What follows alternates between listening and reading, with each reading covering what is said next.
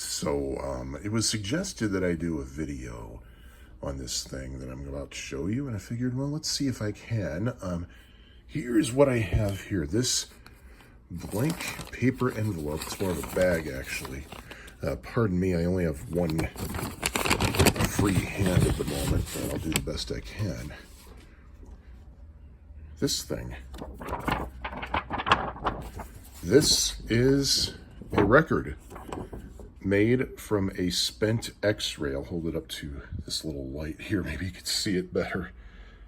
But it looks like an X-ray of somebody's hand. And this came from overseas, very overseas, at least from here where I am in the States. This is an X-ray that has a record pressed onto it. The song If I Fell by the Beatles from their movie A Hard Day's Night. Their first movie, I should say. Well, sort of, because I'm pretty sure the movie used the mono mix, but this actually has the stereo mix. However, it actually plays back in mono, and I'll tell you how I know why it's the stereo mix. This is mainly for people who aren't as intensely into the Beatles as I am. But I figured I'd tell a little bit about this. I found this on Facebook, actually. A friend was offering it up for sale for like $20 or $23 or something. So I snapped it up immediately because I've been wanting one of these for quite a while. And I heard about it. Ew, sorry. You'd think my mother was holding the phone there. I heard about it courtesy of this documentary, Paul McCartney in Red Square, a concert film. This is a fantastic watch. It's about the time in 2003 when Paul McCartney did a show. Actually, he did a couple of shows in Russia, but one was in Red Square. And there's a lot of, there are a lot of talking heads with Russian fans who grew up behind the Iron Curtain who talked about how they could not get Beatles music over there and they wanted it so badly. And this is the only way they could distribute it, by pressing it to spent X-rays so that it would be as minimally suspicious as possible. Now, just to show you a little bit of a difference here, I have here the mono version of the Beatles' US release of A Hard Day's Night on United Artists Records. First of all, here's what the mono version of If I Fell sounds like. I'll give you a few seconds of it. If I fell in love with you, would you promise to be true and help? There you go. Just a few seconds of it. The very intro, you hear John Lennon singing by himself. And I was wondering, how am I going to do a video on this? Because when I buy a record, I fully intend to play it, but this little piece of X-ray material here is an exception because I really don't want to play it. I wanted it more for the collectability, the curiosity. And also, especially because of turntables like this, it's very hard to play things that are on flimsy material like flexi discs and X-rays and things because the tone arm doesn't track, and I don't want to futz with the counterweight if I don't have to. And I have a cork mat. You might be able to see there's a cork mat that I have on the platter of the turntable. And if I were to put this record on the cork mat by itself and this thing slips, the cork might strip the stylus, and I don't want to have to deal with that. So I figured maybe if I put it on a record, on top of a record, if the tone arm slips, it'll land on a record and cause very little, if any, harm whatsoever. And to aid me, I will use this little record weight that I like to use. Hopefully that'll keep it into place. We'll see if that'll help keep the record from slipping. But here we go. Oh, I forgot. This plays back at 45, so I gotta switch that to 45.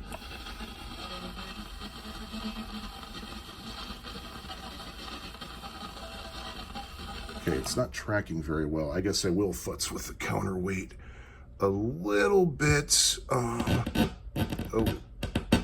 there, I moved it over to 3.5.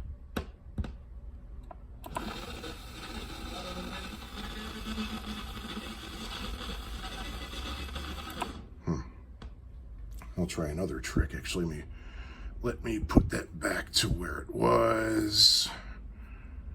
There we go. Let's see if maybe putting a little bit of a weight will help. Oh, maybe that might not help. Oh, maybe.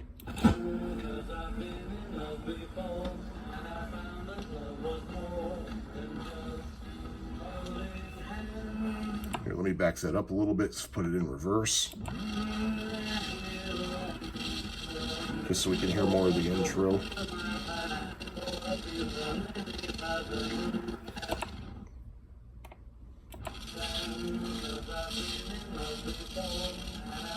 You hear how there are two John Lennons on there?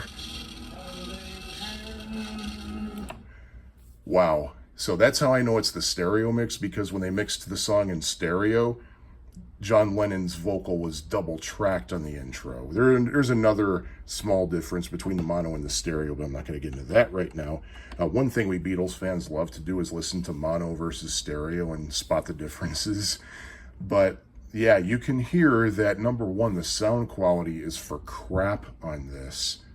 And also, in fact, yeah, let's play that again and watch the tone arm.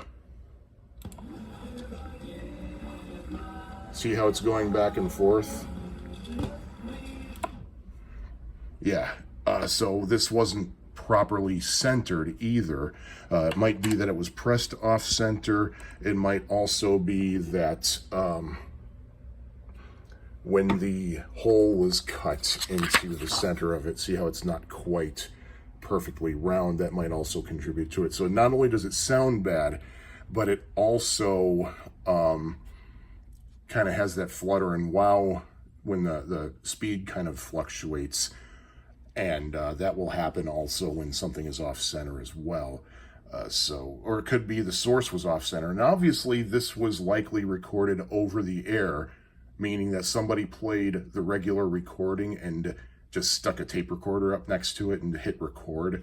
That's what I'm guessing happened. And then they pressed a bunch of these onto, these things. So yeah, so anyway, I think that's pretty much it. That is my find that I got off of Facebook, something I've wanted ever since I found out about it.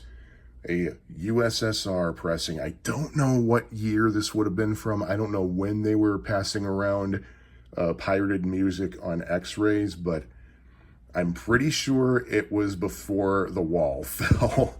So this is probably a Soviet-era record, if you will. And this is probably the last time I'm ever going to play it. I'm just going to keep this as a souvenir, and if God forbid I ever get like dirt poor or something, I might sell it to I don't know, pay for my medicine or something. I don't know.